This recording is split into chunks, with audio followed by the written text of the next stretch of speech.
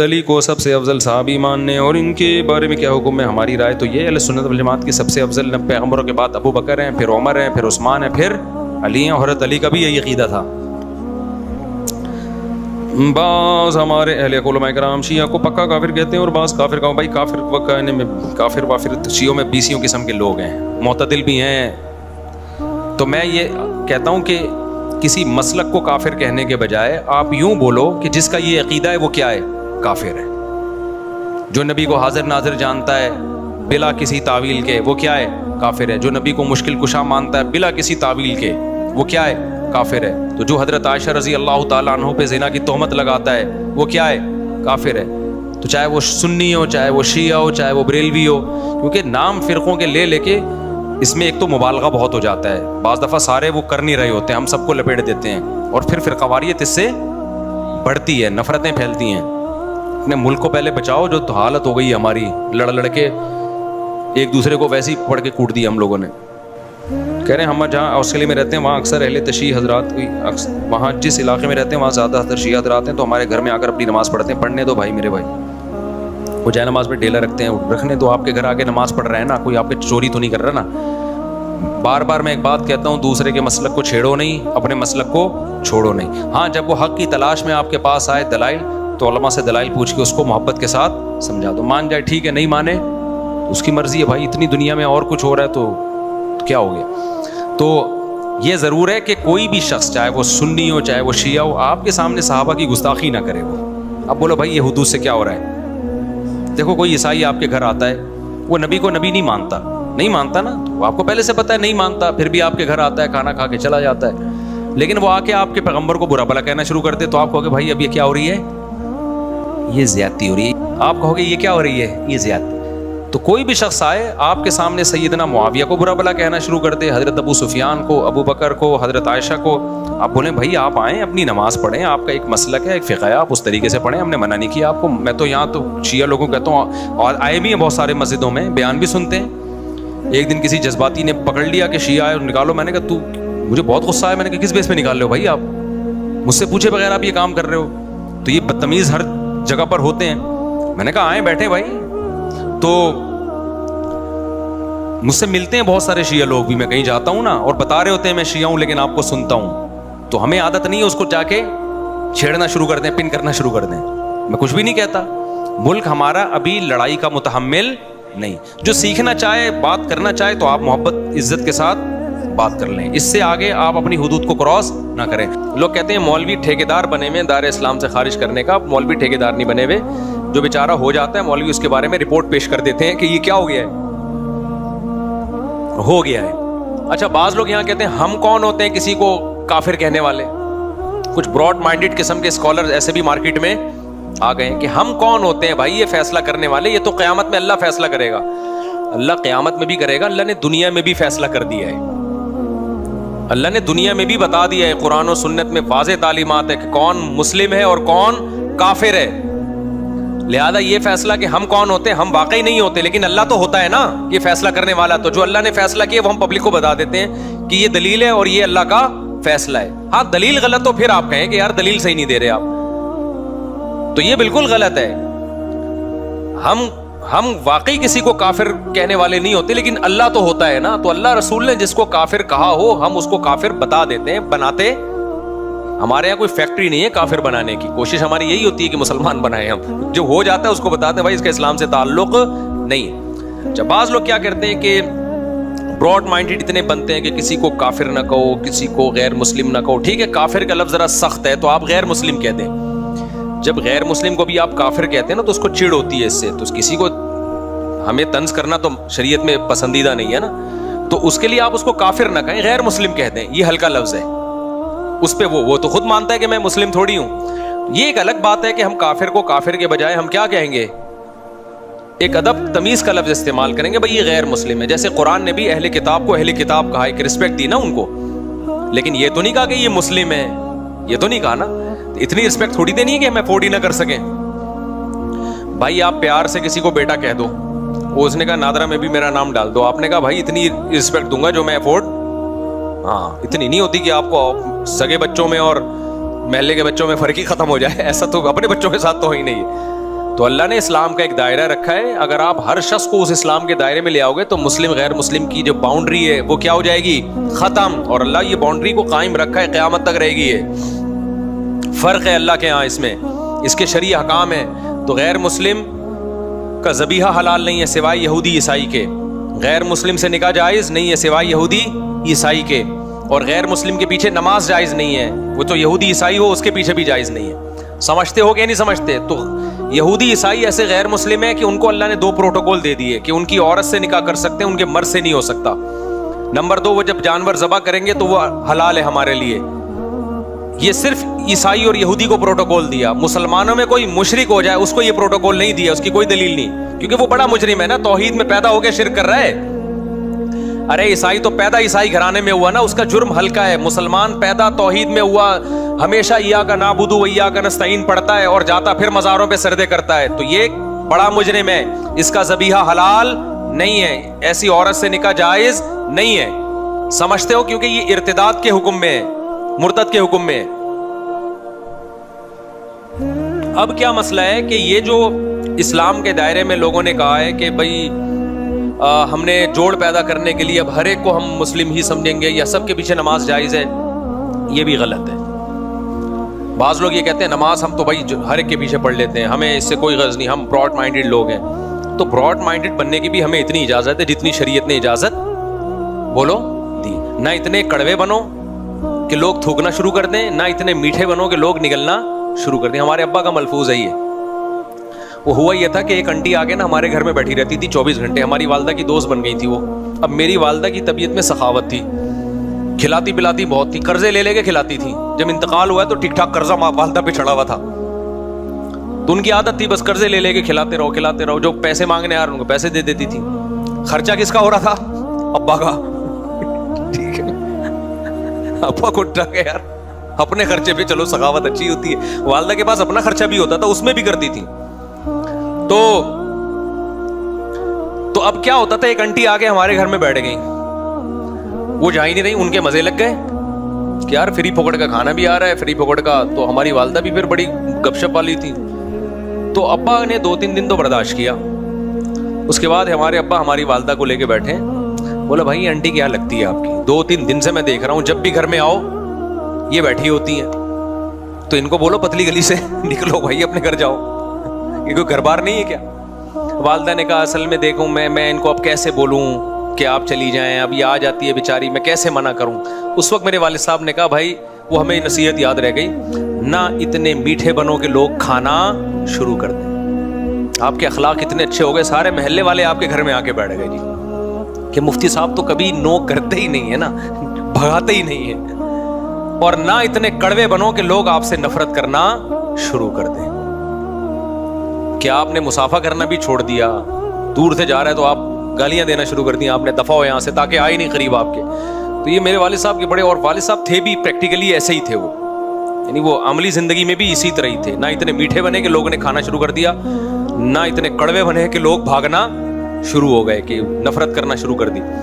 تو یہاں بھی مذہب کے معاملے میں بھی ایسا ہے بھائی کہ ہم غیر مسلم کے معاملے میں نہ اتنے میٹھے بنیں گے کہ غیر مسلم کو بھی مسلم کہنا شروع کر دیں ہم, اور ہم کہیں جو شخص بھی اسلام کی طرف نسبت کر دے, کوئی ختم نبوت کا انکار کرے, ہم براڈ مائنڈیڈ بنے. کوئی بات نہیں یار, انکار ہی کیا ہے نا, اللہ خود پوچھ لے گا, یہ ہمارا مسلم بھائی ہے. کوئی کہے کہ نبی صلی اللہ علیہ وسلم عالم الغیب ہیں, مختار کل ہیں, مشکل کشا ہیں, کہ نہیں یار ہم کسی کو کافر نہیں کہہ سکتے. ہم سب کے پیچھے نماز پڑھ لیں گے. اس کا مطلب آپ اتنے میٹھے بن گئے ہو کہ اب لوگ آپ کو کھانا, اور آپ کو نہیں کھائیں گے, اسلام کو کھانا شروع کر دیں گے. توحید اور غیر توحید میں فرق کیا ہو جائے گا؟ ختم. جب سب کے پیچھے نماز ہوگی تو کل پھر اتنے براڈ مائنڈیڈ بنیں گے کہ ہندو بھی مسجد بنا کے کھڑا ہو جائے گا. ہندو کے پیچھے بھی ہو رہی ہے, پھر تو عیسائی کے پیچھے بھی ہو رہی ہے, پھر تو یہودی کے پیچھے بھی ہو رہی ہے, پھر تھوڑے دنوں میں مسجد اور مندر کے نام چینج ہو جائیں گے. مسجد کو لوگ پیار سے مندر کہیں گے, مندر کو لوگ پیار سے کیا کہیں گے؟ مسجد کہیں گے. یار ان چیزوں میں کچھ نہیں رکھا. جب علماء کہیں گے نا, کہتے ہیں براڈ مائنڈیڈ بنو. تو یہ براڈ مائنڈیڈ, دیکھو انگریز جو براڈ مائنڈیڈ آج بنا ہوا نا, ابا لیس ہو گیا براڈ مائنڈیڈ ہونے کی وجہ سے. وہ نا تو اتنی جلدی نہیں ہوا ہے. شروع میں انہوں نے کیا کہا, پردے کو ختم کیا اپنی سوسائٹی سے. پھر انہوں نے نکاح کے نظام کو ختم کیا, girl friend boy friend system آیا. پھر ہوتے ہوتے ابا مارکیٹ سے آہستہ آہستہ شارٹ ہو گئے. پھر اتنے براڈ مائنڈڈ بنے کہ لڑکی لڑکے کا فرق ختم, ہومو سیکچولیٹی کو LGBT کے بعد Q آیا, پھر Q کے بعد بھی اتنی چیزیں آ گئی ہیں نا, پوری حروف تہجی انگلش کی ختم ہو جائے گی. LGBT کا مطلب لیسبین, اور یہ گائے ہے, اور یہ فلانا ہے تو ڈمکانا ہے, تو اتنی قسم کی فیلنگز مارکیٹ میں آ گئی, ہر فیلنگ کو انہوں نے ایک الگ الفابیٹ کا نام دے دیا, تو Z تک پہنچ جائیں گے. یہ سمجھ رہے ہو کہ نہیں سمجھ رہے؟ تو یہ براڈ مائنڈڈ. تو مذہب کی بھی ایک میرے بھائی باؤنڈری ہے, اس سے آگے جانے کے, نہ اس میں اتنے کڑوے بنے کہ ذرا ذرا سی باتوں پہ آپ لوگوں کو کافر کہنا شروع کر دیں. جیسے ایک مولوی صاحب تقریر کر رہے تھے کہ جو ٹی وی دیکھتا ہے وہ دائرہ اسلام سے خارج ہے. یہ تقریر سچی مچی کی بتا رہا ہوں, پرانی بات ہے. ہمارے استاذ کہتے ہیں میں بیان میں بیٹھا ہوا تھا, میں نے جا کے اس مولوی صاحب سے جلسے کے بعد پوچھا, مولوی صاحب یہ فتویٰ تو مارکیٹ میں نیا ہے کہ جو ٹی وی دیکھتا ہے وہ دائرہ اسلام سے خارج ہے, یہ آپ نے کیسے کہہ دیا؟ تو مولوی صاحب کہتے ہیں میں نے احتیاطاً کفر کا فتویٰ لگایا اس کے اوپر, میں نے احتیاطاً کفر کا فتویٰ لگایا تاکہ لوگ ٹی وی سے بچیں. تو احتیاطاً تو کفر کے فتوے سے بچا جاتا ہے, لگایا تھوڑی جاتا ہے. سمجھ میں نہیں آ رہی بات؟ ایک آدمی کی باتوں سے آپ کو ایسا لگتا ہے کہ یہ مشرک ہے, لیکن اس کی تعویل ہو سکتی ہے, بھائی ہو سکتا ہے اس کا یہ مطلب ہو سکتا ہے اس کا یہ مطلب ہو. تو اسلام کہتا ہے اچھے مطلب کو ترجیح دو آپ, یعنی کسی کی بات کے 100 مطلب نکلتے ہوں, ایک مطلب سے لگتا ہو کہ یہ مسلم ہے, 99 مطلب سے لگتا ہو کہ یہ کافر ہے, تو ایک جو اچھا مطلب ہے نا, آپ نے اس کو ترجیح دے کے اس کو دائرہ اسلام سے خارج نہیں کرنا. سمجھتے ہو کہ نہیں سمجھتے؟ حتی الامکان تعویل کرنی ہے اس کی. تو احتیاطاً کفر کے فتوے سے بچا جاتا ہے, احتیاطاً کفر کا فتویٰ دیا نہیں جاتا, تعویل کی جاتی ہے. لیکن ایک مرحلہ ایسا آتا ہے کہ آپ کے پاس اس کی تعویل کا کوئی آپشن بچتا ہی نہیں. آپ تعویل کر رہے ہو, سامنے والا کہہ رہا ہے میں خود اس تعویل کو نہیں مانتا. جیسے بعض لوگ کہتے ہیں کہ نبی صلی اللہ علیہ وسلم مشکل کشا ہیں, جب بھی آپ سے دعا مانگو آپ حاجت پوری کرتے ہیں, اللہ نے آپ کو اختیار دی ہے. ہم اب کفر کا فتوے سے بچانے کے لیے ان کی تعویل کرتے ہیں. اصل میں ایکچولی ان کا مطلب یہ ہے کہ جب ہم نبی سے مانگتے ہیں تو فرشتے ہماری پکار نبی تک پہنچاتے ہیں, پھر نبی صلی اللہ علیہ وسلم کی بات فرشتے اللہ تک, یہ اللہ ڈائریکٹ سنتا ہے, پھر اللہ تعالیٰ فرشتوں کو کہتا ہے. تو اس طرح ہم کہ یہ اس کی حاجت پوری کرو نا, تو شاید یہ مطلب ہو. وہ کہتے ہیں نہیں ہمارا یہ مطلب بالکل بھی نہیں ہے, ہمارے نبی کو یہ اختیار دی ہے. تو اب کیا تعویل کرے گا, بھلا ہی تعویل کے لیے. اول تو یہ بھی ہم تعویل جو کر رہے ہیں اس کی بھی تو کوئی شرعی دلیل نہیں ہے نا. اللہ نے کہا ڈائریکٹ کس سے مانگو, مجھ سے مانگو, لیکن ہم گھما پھرا کے اس کو شرک سے بچانے کے لیے بہت تعویل کریں. اگلا کہے نہیں بھائی یہ آپ خود کر رہے ہو, میں تو اس بات کو مانتا ہوں کہ یہاں سے آپ نبی کو پکارو گے, نبی وہیں سے یہیں سے بیٹھے بیٹھے ہماری پکار سنیں گے, اور اللہ نے آپ کو یہ خود بخود اختیارات دیے ہوئے, آپ جو چاہیں اپنی قبر میں بیٹھے بیٹھے کر سکتے ہیں, لوگوں کی حاجت پوری کر سکتے. اب اس کا کوئی مطلب میرے بھائی بنتا نہیں ہے. پھر بھی آپ کو دائرہ اسلام میں لانے کا شوق ہے تو پھر تو عیسائی بھی دائرہ اسلام میں. عیسائی توحید کا لفظی طور پہ منکر نہیں ہے, نبوت کا منکر ہے, جبکہ اللہ کی نظر میں توحید کا منکر نبوت کے منکر سے زیادہ بڑا مجرم ہے. سمجھتا نہیں ہے نا بات کو؟ اللہ کے ہاں توحید کا انکار کرنے والا نبوت کے انکار کرنے والے سے زیادہ بڑا مجرم ہے. تو شرک چاہے بتوں کو خدا کے ساتھ شریک کرو چاہے پیغمبر کو کرو, اللہ کی نظر میں دونوں مجرم کیا ہیں؟ برابر کے مجرم ہیں. سمجھتا ہے بات کو؟ تو اس لیے اتنا براڈ مائنڈڈ بھی نہ بنے کہ آپ نے دائرہ اسلام اتنا وسیع کر دیا کہ پوری روئے زمین اس میں آ گئی ہے, تو فرق ہی ختم ہو گیا. اور نہ اتنا چھوٹا کریں کہ ٹی وی دیکھنے والا بھی کیا ہے؟ دائرہ اسلام سے خارج. لیکن ایک دائرہ ہے, اس کے فقہی حکام ہیں, تو اس کے پیچھے نماز, غیر مسلم کے پیچھے نماز جائز ہے. اگر امام کا آپ کو پتا ہے کہ یہ صاف لفظوں میں کہتا ہے کہ نبی مشکل کشائیں حاجت روائیں, تو اس کے پیچھے نماز نہیں ہوگی, کیونکہ غیر مسلم کی اقتداء میں نماز نہیں ہوتی. سمجھتے ہو؟ بعض لوگ کہتے ہیں ہم نہیں پڑھیں گے تو فتنہ ہوگا, تو فتنے سے بچنے کے لیے پڑھ لو بعد میں لوٹا لو.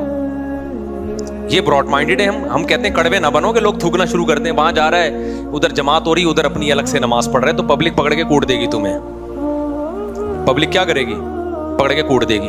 اور پھر آپ کو حق پرستی کا بھی شوق ہے, آپ لوگ کہہ رہے ہیں بھائی ہاں امام کے پیچھے نہیں پڑھ رہے, کہہ رہے ہیں ان کا عقیدہ شرکیہ ہے, یہاں فتنہ پھیلے گا. تو بھائی چھوڑ دے, اپنی نماز پڑھ, پتلی گلی سے نکل, تو کیا ٹھیک کرے گا کیا عقیدہ کسی کا آ کے؟ دیکھو آج جو اتفاق پیدا کرنے کی کوشش کی جائے, میں بھی شیعہ سنی لڑائی کا ہرگز قائل نہیں ہوں, لیکن اتفاق کی ایسی کوشش کہ آپ کی پہچان ہی ختم ہو جائے, یہ اتفاق پائیدار نہیں ہوتا.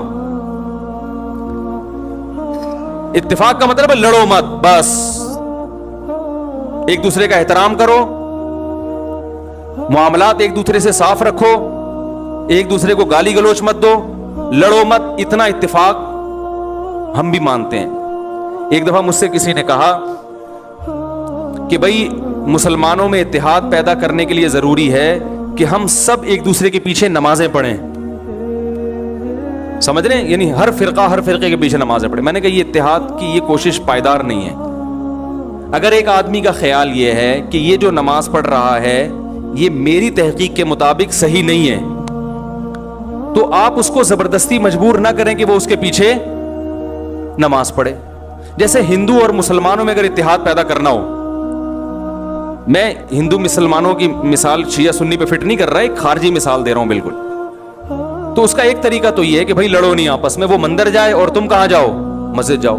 لیکن آپ ایسے شروع کر دیں کہ اگر ہندو نماز پڑھائے تو مسلمان اس کے پیچھے نماز پڑھ لیں، ایسا نہیں ہوگا بھائی، کیونکہ ہماری رائے کے مطابق پھر نماز ہوگی نہیں۔ تو اسی طرح کوئی مسلمان نماز پڑھا رہا ہے مگر اس کا فقہ یہ کہ وہ بغیر وضو بھی نماز کا قائل ہے، اس کا فرقہ یہ کہتا ہے، تو ہم اس کے پیچھے پڑھ لیں گے؟ ہے بھائی؟ نہیں پڑھیں گے۔ ہم بولیں گے بھائی ہماری رائے کے مطابق آپ کی نماز نہیں ہو رہی، اگر آپ کا فقہ یہ کہتا ہے کہ بغیر وضو بھی ہو جاتی ہے تو ٹھیک، آپ پڑھتے نا، ہم آپ کو نہیں چھیڑ رہے، لیکن ہماری تحقیق یہ کہ نہیں ہوتی۔ تو اسی طرح میرے بھائی، اگر میرا کسی کے بارے میں عقیدہ ہو کہ یہ شرک کا مرتکب ہے اور میں اس کے پیچھے نماز نہ پڑھوں تو اس کو فرقہ واریت نہیں کہتے۔ سمجھ رہے کہ نہیں سمجھ رہے؟ ہاں، لڑے نہیں۔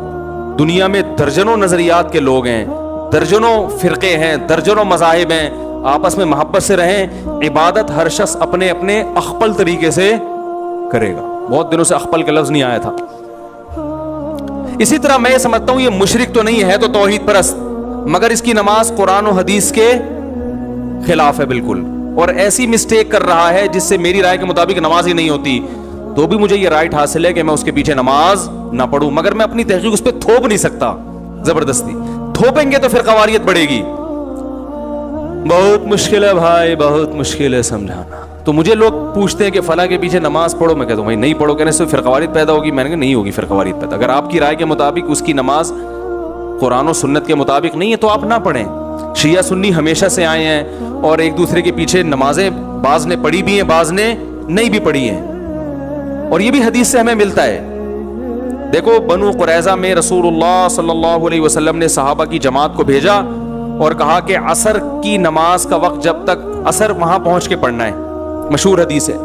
راستے میں نماز قضا ہونے لگی، صحابہ کی ایک جماعت کا خیال تھا بھی نماز کا ٹائم ختم ہو رہا ہے، ہم پڑھیں گے نماز۔ دوسری جماعت کا خیال تھا کہ بھئی نبی نے تو اجازت نہیں دی۔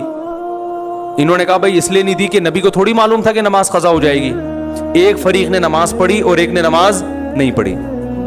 اب آپ یہ تو نہیں کہہ سکتے جنہوں نے نہیں پڑھی انہوں نے ان کے پیچھے کیوں نہیں پڑھی، کیا وہ ان کو کافر سمجھتے تھے؟ بھائی مسلمان سمجھتے تھے، لیکن ان کا خیال یہ تھا کہ حدیث کا جو مطلب ہم بیان کر رہے ہیں وہ ٹھیک ہے، یہ جو مفہوم پیش کر رہے ہیں وہ ٹھیک نہیں ہے۔ نبی نے جب منع کر دیا تو یہ غلط کر رہے ہیں نماز پڑھ کے، لہذا انہوں نے نہیں پڑھی نماز۔ اور جب انہوں نے مقام پہ عصر کی پڑھی تو یقیناً انہوں نے یہ چونکہ پڑھ چکے ہیں، یہ تھوڑی پڑھیں گے ان کے پیچھے عصر کی نماز، ان کی تو ہو گئی ہے۔ تو دونوں فریقوں نے ایک دوسرے کے پیچھے نماز نہیں پڑھی، مگر اس کے باوجود نبی نے دونوں کو ملامت نہیں کی، کیونکہ ایک کا کانسیپٹ یہ تھا کہ بھئی یہ حدیث کے مطابق پڑھنا واجب ہے، ایک کا کانسیپٹ یہ تھا کہ حدیث کے مطابق چھوڑنا واجب ہے۔ نہیں پڑھی، اپنی اپنی رائے پر عمل کیا، نبی کے پاس پہنچے، نبی نے کسی کو ملامت نہیں کی۔ نہ تو نبی نے یہ کہا یہ جنت میں یہ جہنم میں، یہ بھی نہیں کہا، کیونکہ دونوں کا مقصد اللہ اس کے رسول کو فالو کرنا تھا۔ اور نہ نبی نے یہ کہا کہ تم نے ان کے پیچھے نماز نہیں پڑھی تو کیا تم ان کو کافر سمجھتے ہو ہیں؟ کیا وہ انسان نہیں ہے؟ کچھ بھی نہیں کہا۔ تو عین ممکن ہے کہ میری رائے کے مطابق کسی کے پیچھے نماز نہ ہو رہی ہو تو میں نہیں پڑھوں گا اس کے پیچھے نماز، آپ مجھے گن پوائنٹ پہ مجبور نہیں کر سکتے، اور اس کی نماز میرے پیچھے اس کی رائے کے مطابق نہیں ہو رہی تو نہ پڑھے، کچھ کوئی حرج نہیں ہے اس میں۔ ہاں، بلا وجہ کفر کے فتوے لگا کے ایک دوسرے کے پیچھے نمازیں چھوڑ دینا یہ غلط ہے۔ نہیں آ رہی بات سمجھ میں؟ بلا وجہ ذرا ذرا سی باتوں کو اچھال کے وہ اس کے پیچھے، مسجدوں میں 2-2 3-3 جماعتیں ہو رہی ہیں، اس نے امام صاحب نے اس سے قرضہ لیا چونکہ واپس نہیں کیا تو اس کی رائے میں امام صاحب فاسق ہیں، لہذا دوسرا امام اپنے لیے الگ سے لے کر آ رہی ہے، ٹھیک ہے نا، وہ ان کے پیچھے پڑے گا، یہ غلط ہے۔ بڑا اختلاف جہاں آئے گا تو وہاں نمازوں کو ہم اجازت نہیں دیتے. تو شیعہ اور سنی کا اختلاف چھوٹا نہیں ہے بلکہ بولو بھائی بڑا اختلاف ہے. ہم تمام صحابہ کو حجت سمجھتے ہیں, وہ حضرات اہل بیت کو زیادہ فوکس کرتے ہیں. جو ان میں معتدل ہیں ان کی بات کر رہا ہوں, جو معتدل نہیں ہے جیسے ہم میں جو معتدل نہیں ہے تو ان میں بھی کچھ ہیں, تو یہ تو اعتدال سے ہٹے ہوئے لوگ تو ہر جگہ ہوتے ہیں. وہ جو ہے ان کی نماز کا طریقہ ہم سے بالکل ڈیفرنٹ ہے. سمجھ رہے ہیں کہ نہیں سمجھ رہے؟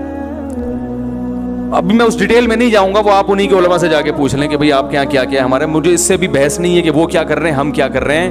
میں لڑنے کا قطعاً قائل نہیں ہوں. یہاں آتے ہیں شیعہ لوگ بھی آتے ہیں, مجھ سے ملتے ہیں, میں تمیز سے ملتا ہوں, چائے پلاتا ہوں, سر پہ ہاتھ بھی رکھ لیتا ہوں. بہت اچھا. شیعہ علماء سے بھی سلام دعا ہے ہماری, بیٹھتے ہیں بات کرتے ہیں. بھائی السلام علیکم. وعلیکم السلام. منڈی والان خالے دیغت میں خود ندی کڑے دے چائے پیئیں. وعلیکم السلام. لکم دینکم ولی دین. بھائی آپ جائیں امام بارگاہ میں نماز پڑھیں, وہاں اپنی مسجد میں نماز پڑھیں, ہم جا رہے ہیں اپنا جمعہ پڑھانے. ٹھیک ہے, تو یہ ہمیشہ سے ہوتا آ رہا ہے. فرقواریت پھیلتی ہے جب آپ ایک دوسرے کے خلاف غلط زبان. شیعہ صحابہ کو کھلے عام گالیاں دے گا, کوئی دے گا تو فرقواریت پیدا بولو نا بھائی ہوگی. پھر سنیوں کے جذبات بھڑکیں گے, پھر مار کٹائی دنگا مستی سب ہوگا. تو فرقواریت پہ کنٹرول کرنے کے لیے شیعہ علماء کی ذمہ داری ہے کہ وہ اپنی عوام کو ان صحابہ کو برا بلا بولنے سے منع کریں جن سے محبت ہمارے ایمان کا جز ہے, جن کے لیے کٹنا مرنا ہم اپنے ایمان کا حصہ سمجھتے ہیں. اور اسی طرح میرے بھائی یہاں سے اگر ان کے کسی ایسے شخص پہ الزام لگائے جو اس الزام سے بری ہے, بعض الزامات ایسے شیعوں کی ایسی جماعت پہ لگا دیے جاتے ہیں جو اس سے بری ہوتے ہیں, سبھی کو ایک لاٹھی سے ہانکنا شروع کر دیا جائے. میں نے بھی شیعوں کا مطالعہ کیا ہے اور کچھ شیعہ لوگوں سے جب میں ملا ہوں تو مجھے ایک چیز کا اندازہ ہوا کہ سب شیعہ کے وہ نظریات نہیں ہوتے جو ہم پہلے سمجھا کرتے تھے. سارے ایک جیسے نہیں ہوتے. ان میں بعض حضرات ایسے ہیں جو صحابہ کرام کو مانتے ہیں, امی عائشہ کو جنتی مانتے ہیں, ان کو زانی معاذ اللہ قرار نہیں دیتے. الحمد سے لے کے والناس تک والے قرآن ہی کو قرآن مانتے ہیں. ان میں کچھ لوگ ایسے ہیں, یہ مشاہدے پر مبنی حقیقت ہے. بعض لوگ کہتے ہیں اس کو کیا پتا, مشاہدے سے بڑی کوئی دلیل نہیں ہوتی. ٹھیک ہے نا. بعض لوگ کہتے ہیں توریہ کر رہا ہے. بھائی ہم ظاہر کے مکلف ہیں. کوئی شیعہ اگر زبان سے کہہ دے کہ میں ابو بکر کو مانتا ہوں, حضرت عمر کو مانتا ہوں, حضرت عثمان کو مانتا ہوں, تو شریعت نے ہمیں حکم دیا ہے زبان کا اعتبار کرو, اس کے باطن کو اللہ کے حوالے کر دو. تو اگر کوئی, لیکن پھر بھی میں کہوں کہ جو مانتے ہیں اس کے باوجود ہم ان کے مذہب سے متفق نہیں ہیں. میری جب جی ٹی وی پہ ٹاک ہوئی, بات چیت ہوئی شیعہ عالم کے ساتھ, تو میں نے پہلے یہ کہہ دیا کہ میں آپ کے مسلک کو ٹھیک نہیں سمجھتا. یعنی میں جو جوڑ کی بات کر رہا ہوں اس سے یہ کہیں نہ لوگ لے کے جائیں کہ میں شیعہ مذہب کو ہی درست سمجھتا ہوں. نہ میں نہیں سمجھتا. میں نے کہا جیسے آپ ہمارے مذہب کو درست نہیں سمجھتے, اس لیے کہ اگر میں آپ کے مذہب کو درست سمجھتا تو سوال پیدا پھر میں ہو کیوں نہیں آتا وہ, اور اگر آپ میرے مسلک کو درست سمجھتے ہیں تو سوال پیدا پھر آپ سنی بن کیوں نہیں گئے. بھائی جب ایک چیز کو میں درست سمجھ رہا ہوں تو مجھے چاہیے نا کہ میں ہو جاؤں وہ, لیکن